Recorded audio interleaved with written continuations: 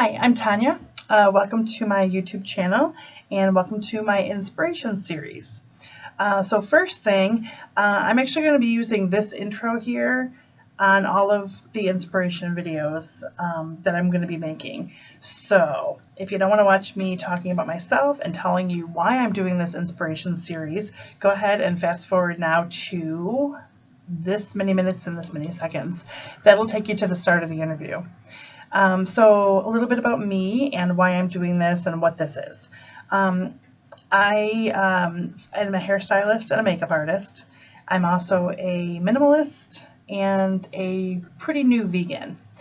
I also am an actor and a filmmaker. I just gave myself a million titles, but they're true. So I've been a hairstylist for 24 years. I am a makeup artist, and about 6.5 years ago, I got the great pleasure and honor of working on my first feature film. From that point on, I've been doing like hair and makeup on different films. I still do that often, and I work in a salon, and I act as often as I can, and currently I'm a filmmaker as well. That's fulfilling a huge passion of mine from my entire life. Right now I have a movie that is nearly complete called Selling Stupid. There's a poster for it right there. And we are currently filming my second movie called Bailiwick.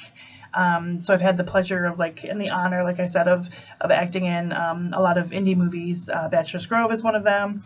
And lots of little parts here and there. And it's a passion. It's wonderful. And I live in Saginaw, Michigan. So there's, the opportunities to act and things are kind of all over the place, and so I work in a salon full-time and love it, and do makeup as often as I can. Sometimes it's a film project, sometimes it's a photo shoot, and I love it. So one of the things that my career has led me to do and be able to do is meet all kinds of fantastic creative artists from all different walks of life, from all different types of art, be it I worked for Pravana Hair Color for almost 6 years. I worked with some of the most amazing stylists and mentors with that company that I'm still in touch with, and just will forever be thankful for that company, for the experiences that I had. Also doing film work, I have met amazing people who have inspired me. And so I was thinking about a year ago, it kind of hit me to do an inspiration series of interviews where I could let these people have a platform to sort of share their story and talk about where they get inspiration from and where they get the passion to keep doing whatever art they do. And what I mean by that is, in this series, I'm going to be interviewing a filmmaker, the director of Bachelor's Grove here, Ricardo Islas. There is a comedic actor and improv teacher that I'm going to be interviewing. Several people in the hair world that work and have vast experience being mentors to other hairstylists. So it's kind of a fun little project, this inspiration series, because I can combine my love of hair and film. So I think it's important that we all stay inspired and find something that we're passionate about. I mean, I think I'm really lucky and am so thankful that I found passion in several things. Like I said, I'm recently vegan, and I'm also a minimalist too. I found The Minimalists on YouTube, so you should check them out if you're into finding your true passion. I found them on YouTube about 1.5 years ago, and they changed my life, and they sort of gave me a little bit more direction. So the reason I wanted to start my own YouTube channel is just that. I thought that I have gotten so much inspiration from so many different people on YouTube, so many different types of people. Like I said, the minimalists have been really integral. As far as veganism, that vegan couple has been really important to me. So I just kind of thought passing inspiration on is actually, in 2016, it's really easy. All you have to do is make a video and share what you're passionate about.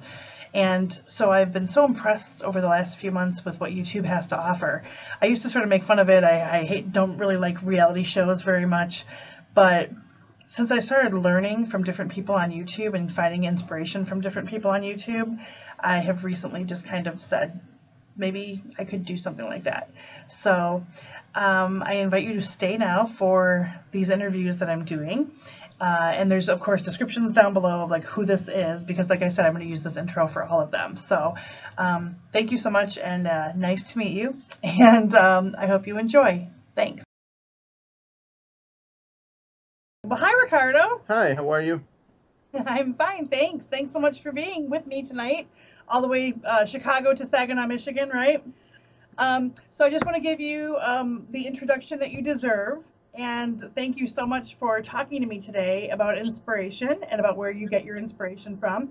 So let's talk about a little bit about your history. You are an indie horror film director, Emmy Award-winning senior producer at WYCC PBS Chicago. Correct. You are from a small town in Uruguay. Um, let's see. So on your IMDb, you have 23 credits as a film director. Sound about right? I didn't know that, but now I know. Yep. Well, actually, one thing I wanted to talk to you about that on your IMDb page, I thought this was funny that you didn't give yourself credit for Bachelor's Grove for playing the priest. So was that just like your little Alfred Hitchcock cameo there? No, remember, it was kind of an afterthought because we had somebody else to play that part. The person that was going to play that part was the same guy that was going to put the money. And when he ran away with the money, then I had to step in and not put the money that I didn't have, but put my face to play the priest. Well, nobody could have played that part like you did, so no worries there. So a little bit more too. You have a YouTube channel that we should mention because this video is going to go on my YouTube channel, and if you want to share it, it's called New Alpha Studios, and I love this. You have over 36,000 subscribers, Yes. and 20 million views on your. That's awesome. That is so cool. Especially since you are an indie guy, right? I mean, you're like mostly independent. You just talked about a producer that ran off with your money. Right. So that happens, right? So we'll get more into that. But I wanted to talk to you about like your first memories of filmmaking. Like, how did you know you wanted to get into being a filmmaker? I guess I didn't know in the beginning. I loved horror movies since I was a kid. And I never thought I would be making movies. I thought I might be drawing comics, writing novels that maybe somebody else one day might turn into movies, but I never thought it would be myself. The reason why I ended up being myself is because nobody picked up my comics or my novels to make any goddamn movie. So I said, okay, I had to do it myself. So I was living in this small city in Uruguay. It's called Colonia. And when I was living there, there was a TV station, a small TV station, that the only production they really had at that time was a newscast, a half hour a day. And I thought to myself, I was 13, 14, and I thought to myself, if they have a newscast, they have cameras. And if they have cameras and there's a city as a background, then I can make movies. It was a very simplistic way of thinking. So I wrote a script. I wrote a half hour script called Possession, which was similar to another movie from United States called The Possessed from 1977, that at the same time was kind of a rip of The Exorcist. So we were just ripping off each other pretty much. And I wrote that and I took it to the TV station. I was 13 at the time. And they didn't do anything. They said, "You crazy, this is impossible." And I was 13, so they kicked me out. But then 3 years later, when I was 16, I came back with the same script and I insisted.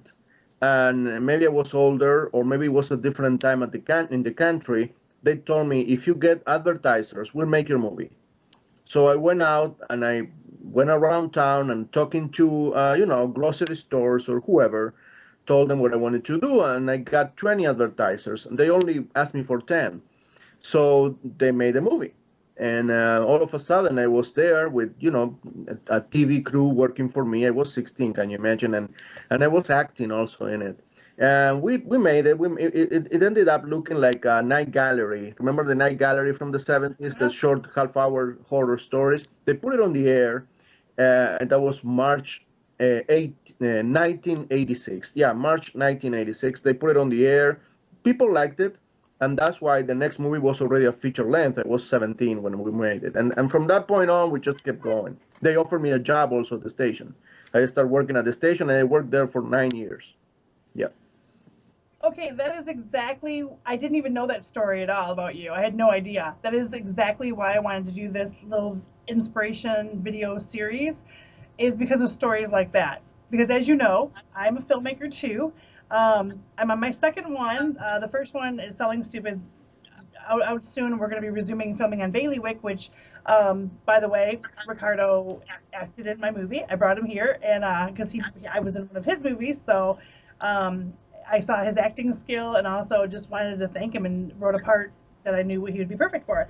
So, but that's exactly why I wanted to do this series, is because of the inspirational aspect of the independent nature of what you just said. Like, that is so cool that you were like, I want to do this. I don't have everybody giving me $1 million to make a movie. I'm going to have to find a way to do it. Hmm. And that's exactly, I love that story. So thank you so much. Hmm. That's really cool. To, See, I'm already inspired, Ricardo. to some extent, it has to do with naivety. Naivety, is that how you say when you're naive, right?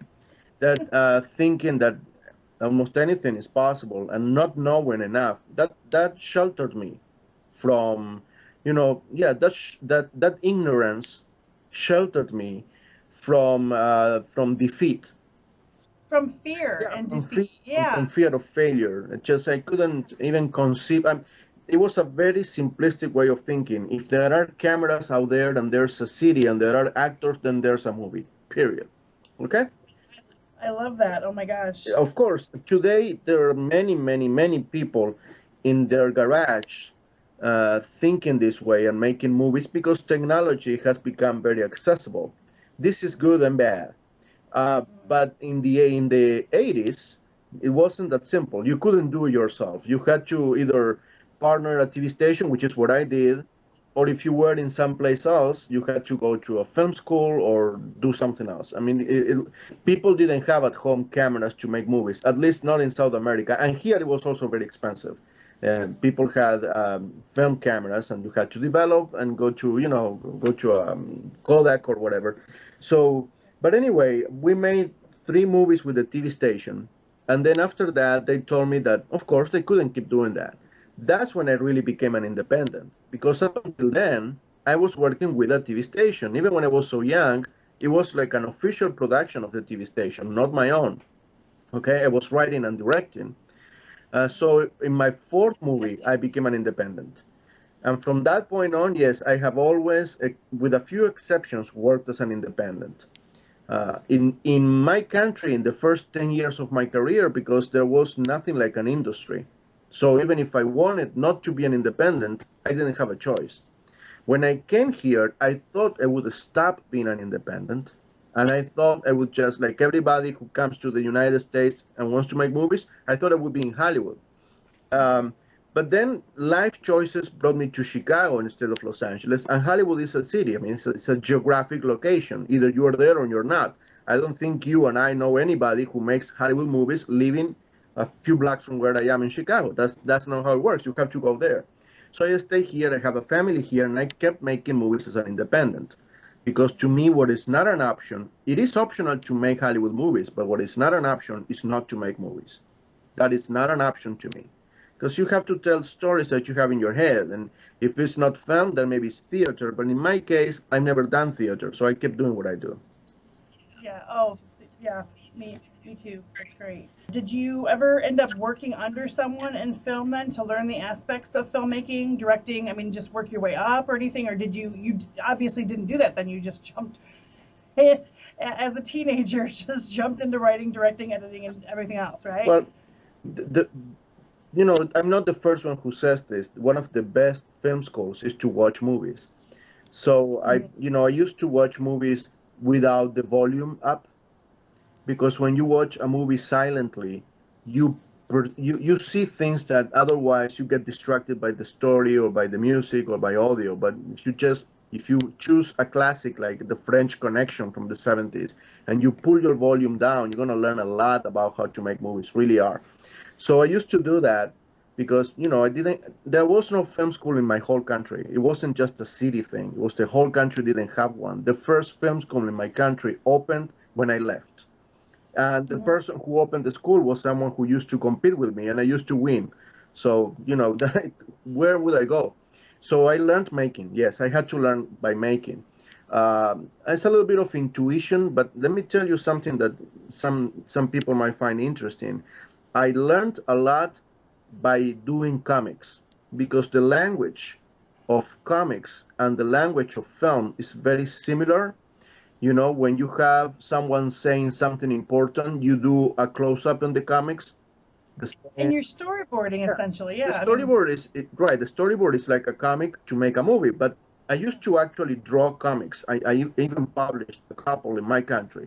So that's what I used to do when I was a teenager, and I would sell them. I would make comics, do photocopies, and sell them during breaks to get some money to buy food. Okay. So those comics that I would make, I did study. How do you say when you study over the mail, like uh, yeah, online. Well, not an online course, but yeah. online back then. There was no computers, but you know what I mean. Right. So I Yeah. did one of those courses to study comic writing and comic drawing, and I learned a lot about lighting and about where to locate my camera through making comics. Okay, so by the time that I jumped into making my first movie, I was applying all that knowledge on making movies. I would just grab my script, draw a circle around phrases or sentences, and if it was important, then I would just draw a little arrow and say close up. And that language that now we all identify with film actually originated in comics. Yeah. Okay, so then your question was if I ever worked under somebody else. Well, like I said in the beginning, even when I was writing and directing, the TV station was producing the movies. Then I went independent, and then still being in my country, I did get to the point that I was making again movies for another TV station. And then when I came here, I also worked. I did two series for the TV station here, Hispanic TV station, and then I went independent again. And Mhm. now I've been making independent movies, except for one that we did for a producer from Los Angeles in Louisiana, a zombie movie. That wasn't so independent as my other movies, but independent is 99% of what I do.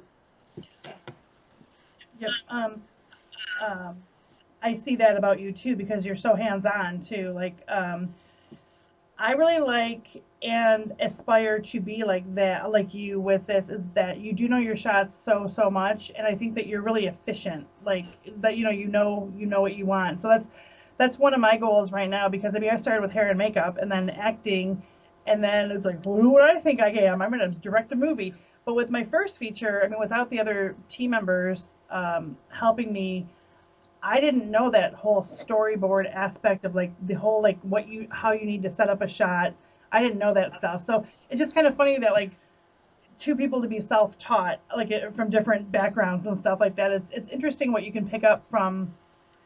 I'm not really a film school supporter either that much. I don't really think. I mean, I think that if there's creativity there and there's a passion for it, you can self learn this genre or this field. Well, unlike other forms of art, although all of them have a little bit of this, but unlike other forms of art, filmmaking is a perfect combination of art, inspiration, emotionality, but also technique, left brain, organization. It's a very scientific form of art, technological form of art.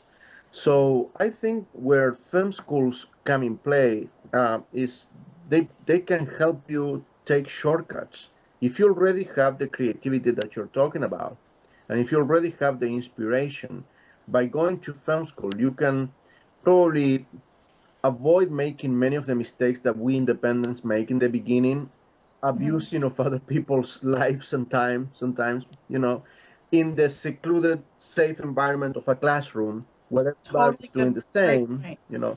you can learn the basics. Some of the basics, like I said, I learned from comics, but others I didn't learn, and I just put my actors through the pain of me trying to figure out what the hell I'm doing. Um, there are directors in film history that were so inspired that they didn't seem to need any technique. To my mind, it comes Federico Fellini from Italy, or many of those guys that after the Second War, they of course they didn't go to any film school. They just jumped into this and they told stories. But uh, that's more like an exception. Especially if you are in America, there are many rules that you need to learn, or your movies will be doomed to never be seen by anybody because people are so used to a certain language. So, working with people who already know it, or going to a film school, can definitely put some order to the chaos. The chaos, Chaos. chaos, yeah, Chaos. of inspiration by itself. You know. No, you're true. Yeah, that's a really good point. You're right because I've been on like different. I love my experience um, timeline that I've had though because it's been a little bit of everything, and I've been really thankful for that. Like some of the like how do I say like the more really indie like zero budget kind of people just messing around and learning Hmm. to the some of the some of the biggest movies that were in Michigan I got to be a little part of Hmm. Hmm. just as an extra, but still you suck everything up that you Of can. course. Um, and so yeah, it's all fun. You can like learn from everything everywhere you go. Where do you get the inspiration to keep going? There's a difference between where I found my stories 20 years ago, or I've been doing this for almost 30 years. It's going to be 30 years next year. So there's a difference, no, this year actually. So there's a difference between where I used to find inspiration for my stories. Inspiration for my stories when I was a late teen or early youngster was other movies that I saw. Like most people, you learn by holding hands from somebody who already did it before. So, like I told you before, my movie Possession was a rip off The Possessed, and The Possessed was a rip off The Exorcist, and so forth. So I did vampire movies that were inspired by the Hammer horror movies from the '60s, and I did many other movies that were more than inspired on something else. But then, what happened is that I came to America as an immigrant, and that changed. That's a very transforming life experience. So the movies that I have made in the United States already are by not by design but almost by accident are much more original because my life has changed so much and I have lived through experiences that are almost a horror movie within themselves that I found inspiration for my stories in life experiences much more than in movies that I've seen. So there's a big difference between, and I think this is interesting to reflect on in the sense that sometimes people who have been here all their life, who were born here and raised here, they don't know any different. So they might find their everyday life a little boring. And then what they write and what they produce and what they do reflect how they feel about their everyday life. That happened to me in South America, so I would just watch other movies and try to make other movies that are similar to other movies. But when I came here, my life stopped being boring because it was such a shock, such a cultural shock, such a difference. So I found there my inspiration for my movies. And if you watch most of my movies here, most of them, besides the horror and the monsters or whatever the movie might be about, they also have like a subtext of the underdog and the or minorities fighting for survival, or there's something else to them that had garnered the attention of some critics to say, well, there's a little more than just a horror story here. So I don't like to give advices, but my comment to people is sometimes go ahead and live adventures because that's the best way. Yeah, that's the best way to forge something else than just watching other movies.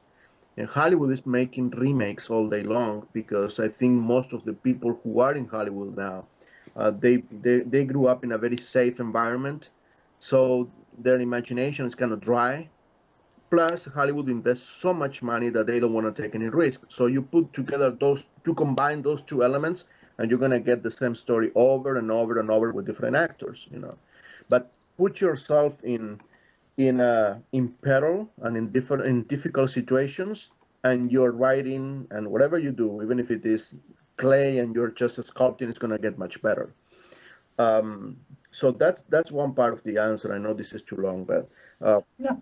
what makes me keep going in general is that I have learned that I enjoy the ride much more than I enjoy the results, which is completely the opposite to the way I felt when I was younger. When I was younger, I was always, every movie that I made, every day that I spent on set was almost like an obstacle to get to some place, to maybe get here to America.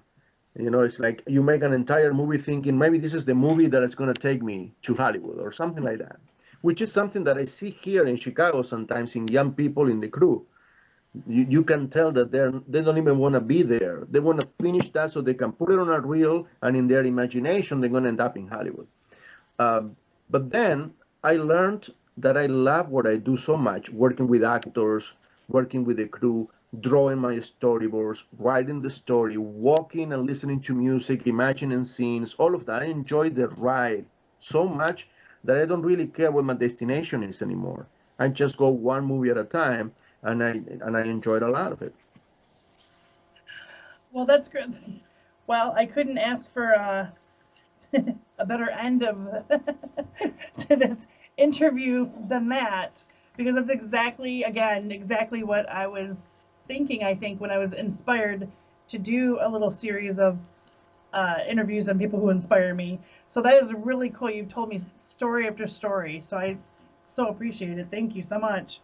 Um, so what have you got going on now? I know I you're in the middle of a Well, new one. speaking of enjoyment, I am, as you might have seen in the pictures, I am doing a movie with Max da Silva. Remember Max? I think you met Max. Probably, I don't know if you met him. Yeah, he was with us in Bachelor's Grove, but he wasn't there when you were there. So he has a comedy in Spanish, and I enjoy very much doing the photography, the editing, helping him without the responsibility of being me the center of everything. I really, really enjoy that. I think some people appreciate when I give them that opportunity, but I also appreciate a lot when they give me that opportunity. So that's what I'm doing right now. I during the winter, I wrote this winter, I wrote 3 scripts, and I don't know exactly which one will be the next one, but I'm done with the 3 of them. I think the next one will be one called Do No Evil. But let me see, there's something here going on. Close. Can you see me? You're frozen now. I think I'm not. Oh, there you Yeah. go. Yep. Good. So Do No Evil might be my next movie, but I still don't know. So when I know, I make it public for sure.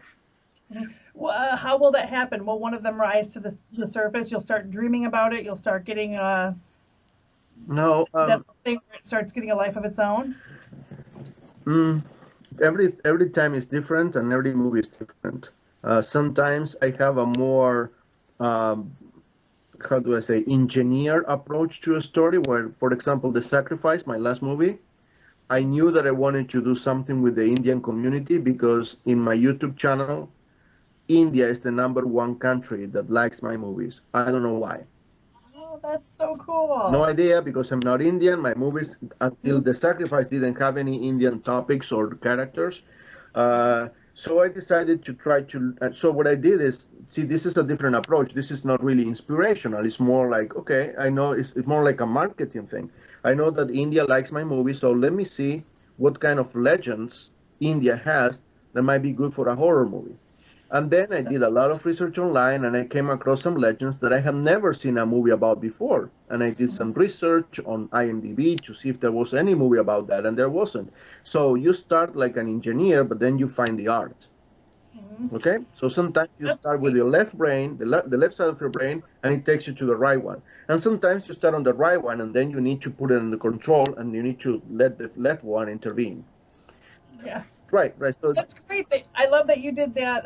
That was original about the Indian story, but also Bachelor's Grove was the first film that's ever been made about Bachelor's right, Grove, but see, for too. example, So, Bachelor's Grove, since you mentioned it, Bachelor's Grove came to me from somebody else. Somebody mhm. told me that they wanted me to make a movie about it. Yeah, but you did it. You're still, I got into it and I loved it. But see, yeah. every time is different. Yeah, sometimes it might be, yes, something completely inspirational that comes from me listening to music. Especially, I like atonal weird music. I just listen to it. It doesn't have, it's nothing that you can even whistle or remember, but it's weird. And that weirdness of the music just makes me see images. And then the story, those are the ones that come from the right side of the brain. But sometimes that's not how it happens. The point is that at some point, left side of the brain and right side need to meet, and then you need to find a way to enjoy it. If not, you should drop it. Yeah. Yeah. Amen. I think that with anything with life, I think that that's one of the reasons why I want to do this series of inspiration again, because I think that it's just really important for us.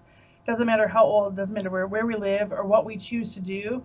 I'm a big person for passion and inspiration. You have to keep that up your whole life, because I mean, literally, I don't know why we're alive if we're not finding something Mm-hmm. to do for and something to be creative for, you know? Um, So, but thank you so much. I know you have a ton of fans, and I'm really glad that you took a while to talk to me. I really appreciate it. I loved working with you. We worked together 2 times now, and I hope I'm always going to be a fan. And I'm so thankful for the role as Peggy in Bachelor's Grove. It was wonderful and life changing, and so I'm very, Bailiwick will be out soon. I'm So very happy to hear that, and I'm hoping that we can do something where you live because I love Michigan.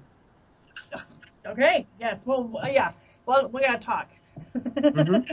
Gotta get that ball rolling. Mm-hmm. So I don't know. But thank you so much. Yeah, I'm gonna get this out there so people can find out more about you. Okay. Sure. Bring it on. Okay. Thank you so much. So thanks. Take care. Okay, you too. Bye. Bye.